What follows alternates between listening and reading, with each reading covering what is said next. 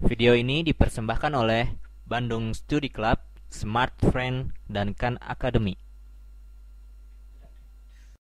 Pada video sebelumnya tentang evolusi, kita telah membahas tentang ngengat pada masa revolusi industri. Sebelum masa revolusi industri, ada beberapa ngengat yang gelap dan terang, dan ada juga yang berada di keduanya. Tetapi lama-kelamaan ngengat yang gelap akan kurang banyak ditemui oleh predator, dan ngengat yang terang akan berkurang kemampuannya dalam mereproduksi. Jadi ngengat yang hitam akan lebih dominan. Karena ngengat yang gelap ini lebih intelijen, di mana dia bisa berkamuflase, tetapi ini bukan karena engineer yang membentuk seperti ini. Ini hanya produk yang alami yang membentuk beberapa variasi, dan ada beberapa variasi yang terpilih secara alami. Dan bagaimana dengan kita punya kupu-kupu burung hantu? Di sini dikatakan burung hantu karena dia terlihat seperti mata burung hantu. Jika kita menaruh paruh di sini, dia terlihat seperti burung hantu. Jika saya gambar paruh seperti ini, maka Anda bisa membayangkan seperti burung hantu yang menatap kita. Dan bagaimana bisa hal seperti ini muncul secara random? Bagaimana bisa bentuk mata yang sangat mirip dengan mata ini muncul secara random? Dan pertanyaan yang paling besar adalah, mengapa mata ini muncul? Atau yang seperti mata ini, pola yang seperti mata ini, atau bentuk seperti mata burung hantu ini muncul? Saya membaca ini sedikit dari Wikipedia, karena gambar ini juga saya ambil dari Wikipedia. Dari Wikipedia ada dua teori tandingan. Satu teori adalah mata ini adalah sebuah pemikat. Jadi ketika ada predator yang ingin memakan ini, maka dia hanya akan memakan sayapnya, dan sayapnya yang hanya akan rusak, sedangkan kupu-kupunya dia masih tetap hidup.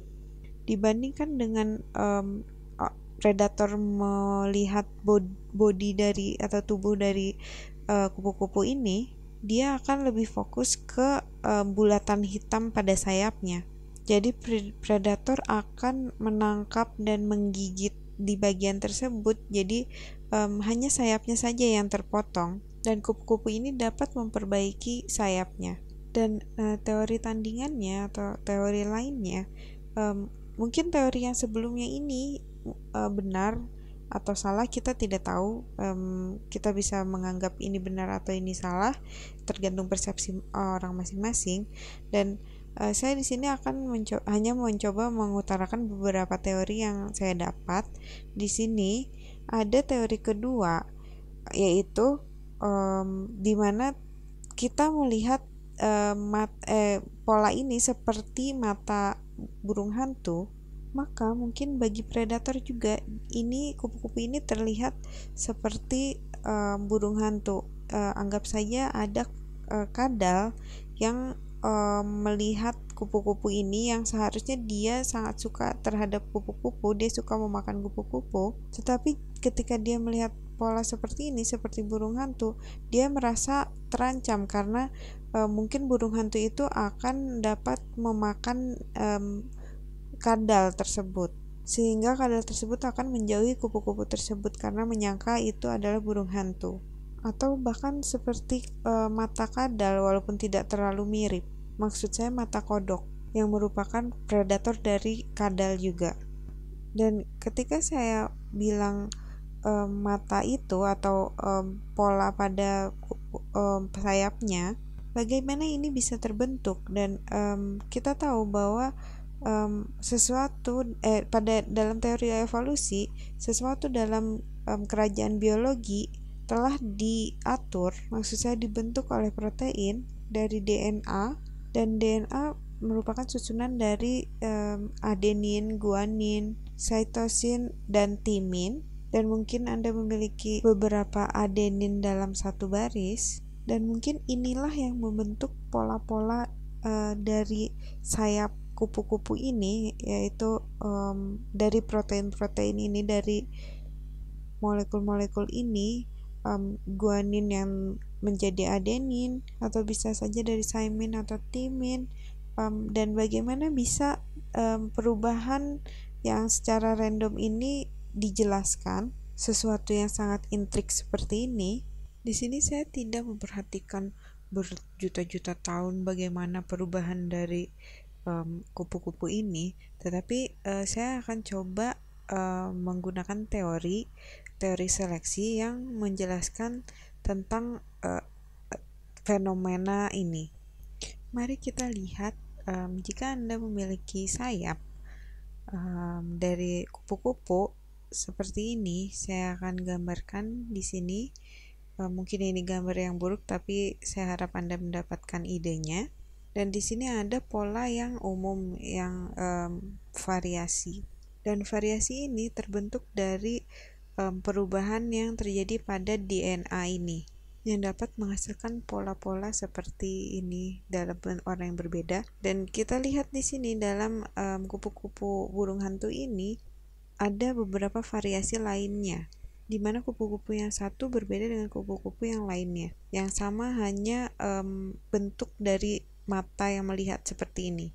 Dan yang paling menonjol adalah bentuk mata ini. Dan bagaimana kita berangkat dari sini menjadi bentuk mata dan bentuk butterfly lainnya atau kupu-kupu lainnya, dia seperti ini. Ada variasi yang lain. Dan juga ada variasi yang satunya lagi.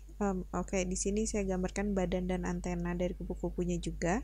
Ada lagi pola sayap kupu-kupu mungkin akan seperti ini, dan ini terjadi secara random. Dan ketika kupu-kupu ini berada pada lingkungan alam, kupu-kupu ini akan dimakan oleh predator, dan mungkin predator akan memakan kupu-kupu yang tidak memiliki pada sayapnya tidak ada pola mata. Dan jika dilihat probabilitasnya, kupu-kupu yang memiliki mata, dia akan kurang disukai oleh predator atau akan lebih dijauhi dari predator. Mungkin probabilitasnya hanya sekitar 1% dibandingkan dengan variasi sayap kupu-kupu yang biasa. Dan jika 1% itu kita gabungkan lebih dari 100 generasi, maka kupu-kupu ini akan menjadi dominan, karena dia memiliki frekuensi terbunuh yang lebih kecil, yaitu sebesar 1%. Dan untuk pola kupu-kupu yang memiliki pola mata di dekat abdomennya pada kupu-kupu yang ketiga ini, jika kita lihat tadi pada kupu-kupu yang di tengah ini, dia kumpulan pattern yang membentuk matanya ada di ujung bawahnya. Dia tidak dekat dengan abdomennya. Jadi selain seperti mata, dia juga bisa dianggap sebagai serangga yang berprotein tinggi karena pigmennya berkumpul di situ. Dan ketika pola yang membentuk mata ini dekat dengan abdomennya, predator yang menyangka ini serangga akan memakannya dan badannya ikut termakan. Maka kupu-kupu yang di tengah ini akan menjadi dominan. Dan ini bukan merupakan sesuatu yang telah kita tahu, dan kita memberikan pelajaran tersebut kepada anak kita agar anak kita bisa terhindar dari bahaya atau sebagainya. Di sini di mana DNA yang terbentuk, yang membentuk pattern atau pola, sangat berguna untuk saya bertahan dan melakukan produksi atau mereproduksi anak-anak saya. Maka dia akan mereproduksi atau menghasilkan anak kupu-kupu lainnya yang membentuk pola seperti dia. Dan pola ini juga dapat bervariasi, tetapi tetap menuju ke pola yang induknya, di mana yang pertama polanya seperti ini, kemudian yang kedua seperti ini, dan yang terakhir ini dia lebih mengumpul seperti ini. Dan jika kita bandingkan bahwa dari pola-pola seperti ini, maka dapat dikatakan bahwa pola yang paling ujung ini, yang lebih mengumpul ini, mempunyai kemampuan untuk mereproduksi 1% lebih banyak daripada pola yang lainnya. Dan kemudian kupu-kupu yang ini juga akan mereproduksi kembali dan menghasilkan pola-pola yang bervariasi juga. Dan jika dia menghasilkan pola dengan variasi yang random atau dengan corak yang tidak seperti mata, dia akan secara natural, secara alami tersingkirkan. Walaupun ini hanya 1%, tetapi jika 1% ini terjadi dalam generasi yang dalam ribuan generasi atau bahkan jutaan, dan dalam periode waktu yang sangat panjang, maka Anda akan mendapatkan pola lebih banyak kupu-kupu yang memiliki pola burung hantu seperti ini yang di atas ini. Oke, saya percaya tentang metamorfosis dari kupu-kupu atau antibiotik dari bakteria atau flu, karena itu merupakan contoh yang real time atau nyata. Tetapi bagaimana jika sesuatu yang rumit ini terjadi atau muncul seperti pada kupu-kupu ini? Memang ini rumit, tetapi ini berhubungan dengan kehidupan sehari-hari kita.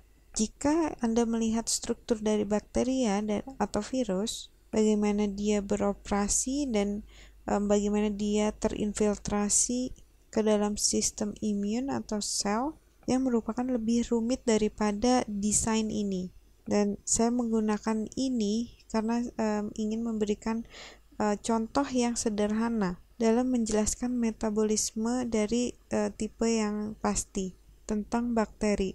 Tapi saya ingin membuat ini dengan jelas. Ini bukan kupu-kupu yang memiliki pola seperti ini dengan warna pink menghasilkan atau mereproduksi anak kupu-kupu dengan pola seperti ini. Itu merupakan tidak mungkin karena ini merupakan proses pasif. Kita tidak akan membicarakan tentang bagaimana ini terjadi semalaman. Dan ini sangat menarik jika kita melihat dalam kehidupan atau ekosistem bagaimana ini bisa menjadi berguna atau bagaimana ini mungkin dapat terpilih sebagai contoh. Suatu karakteristik yang terjadi setelah reproduksi mungkin tidak dia terreproduksi dalam siklus berikutnya.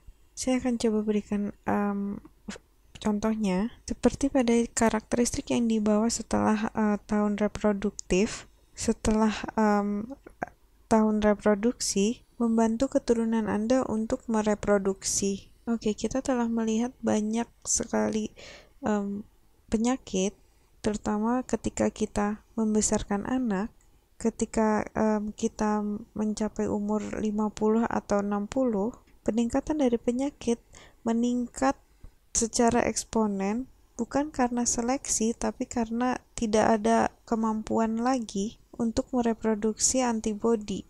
Nah, dan saya berharap video ini dapat memberikan suatu pengertian evolusi, dan saya ingin melakukan beberapa video seperti ini karena saya ingin membuat ini lebih jelas, di mana semuanya ini tidak terjadi secara spontan, dan saya harap Anda juga akan lebih jelas dalam pemahaman ini. Video ini dipersembahkan oleh Bandung Study Club, Smart Friend, dan Khan Academy.